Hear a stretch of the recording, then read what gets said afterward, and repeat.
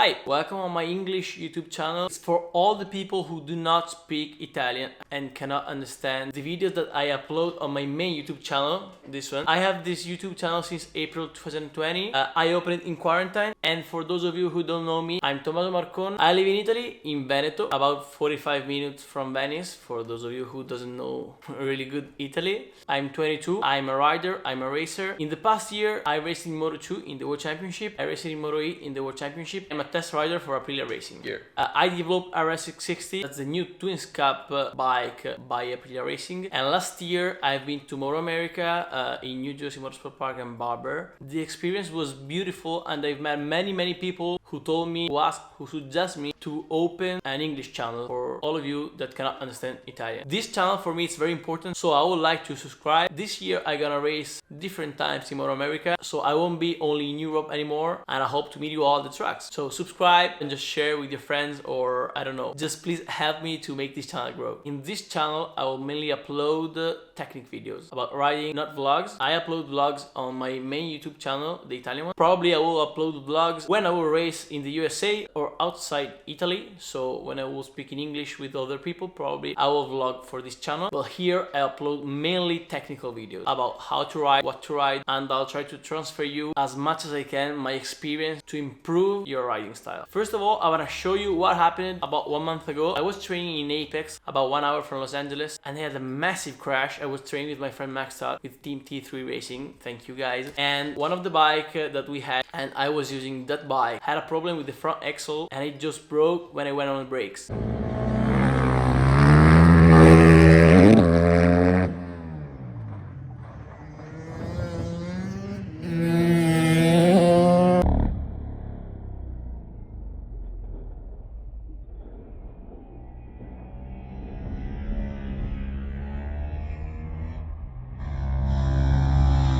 After this, I bumped my head on my collarbone so hard, and this is the result of that massive crash. Look here. I cannot believe how after a big crash like this, the helmet protected me so good. Of course, I had like headache for 1 or 2 days, but I mean, it was so big, the crash, and it's perfect. Almost perfect. Choose the right helmet. Don't save money on the helmet, okay? Because without AGV Pista GPRR, probably I will be So in today's video, I'm gonna explain you, I'm gonna show you how to slide inside the corner. We can split the sliding in 2 different categories. One is sliding inside the corner, so from the brakes, and one is power sliding. Today, we're gonna speak about sliding inside the corner. It's what you see from us, like riders, Moto2 and MotoGP, Superbike and all this stuff. And it's what you can also do with your bike. Power sliding, it's what you see from us, but you probably cannot reply with your street bike. So this, it's exactly the wrong thing to do if you wanna slide.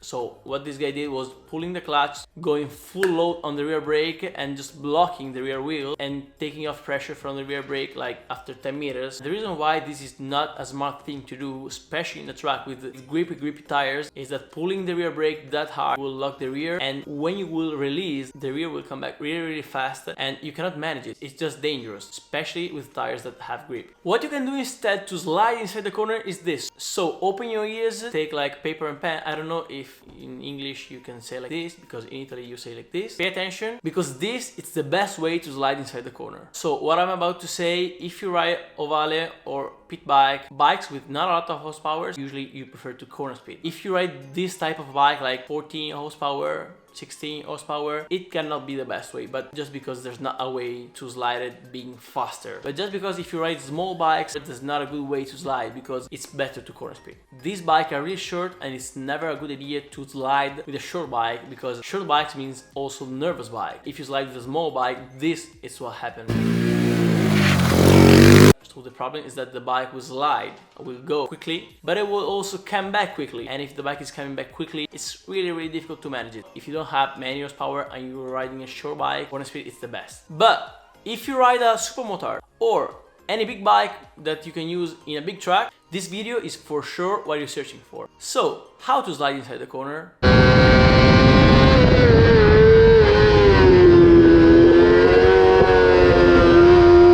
As you can see, you arrive full pin from the straight. You go on the brake. It's not about braking hard with the rear brake. What you need to do is to brake hard with the front brake as you start leaning the bike. Like, not that much, like 2 or 3 degrees leaning. At that point, the rear tire will lose a lot of load, and with the rear tire with not that much load, so not that much grip on the pavement, and you leaning, the rear wheel will just go. And that's how you start sliding. Recap: hard on the front brake. You don't need to do it on purpose, because if you're going fast, of course you brake hard. Once you brake, the rear of the bike will be totally unload, and starting leaning, the bike will go. Then it's super good, and it's the best thing to use the rear brake to help you sliding. But you're not using it to like go sideways or brake more. You're just using it to help the slide. We also need to consider downshifting. So how to use the clutch sliding. The worst thing to do is to pull the clutch, downshift all the gears, and then release it, because like this it's the same as entering in the corner in neutral, okay, so with no gears, and then just shifting on a gear like maybe 4 gears lower than the original one. And what will happen is that you will lose rear. It won't be like sideways, it will be like high side. So it's never a good idea to do like this. What you need to do is pull the clutch,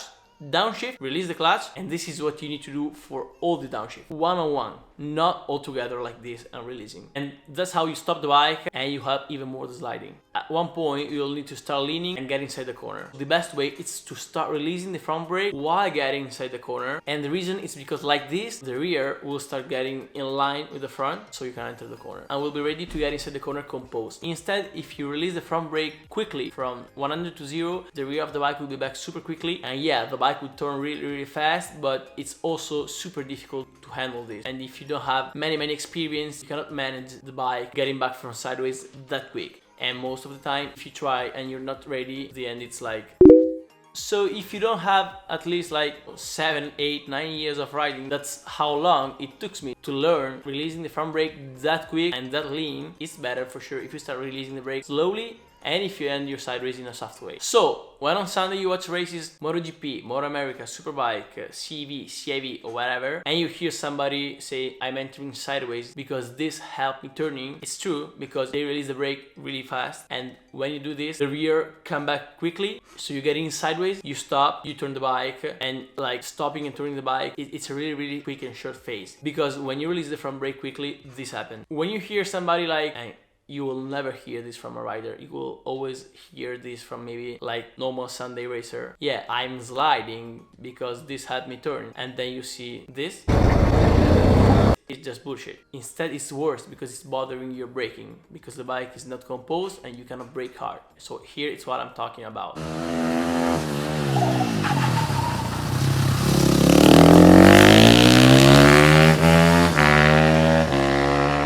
In this corner, I entered full sideways. I stopped the bike inside the corner, and when I stopped the bike turned super quickly. In like 2 or 3 meters, the bike went from this to this because it was already facing the outside and it was ready to exit the corner. And when a bike is straight, you can go harder on the throttle. So this is a pretty smart way to enter the corner sideways. If you just go like this and then you start leaning, it's useless. Of course, if you ride a big bike, I mean, don't take what I just told you, like, okay, let's go and do it. Try before in a karting track, borrow a supermotor, rent one, buy one, I don't know, whatever. Supermotor, R3, any bike that can slide inside the corner. Train, try, understand, and then try with your big bike in a big track at high speed. Because one thing is talking about going sideways at 40 miles per hour in a karting track, and one thing is talking about going sideways at 120, 130 miles per hour in a big track with a big bike. This video will speed up Moto 2. It was 2019 in Albacete, in Spain, and this is how to do what I just explained you with a big bike.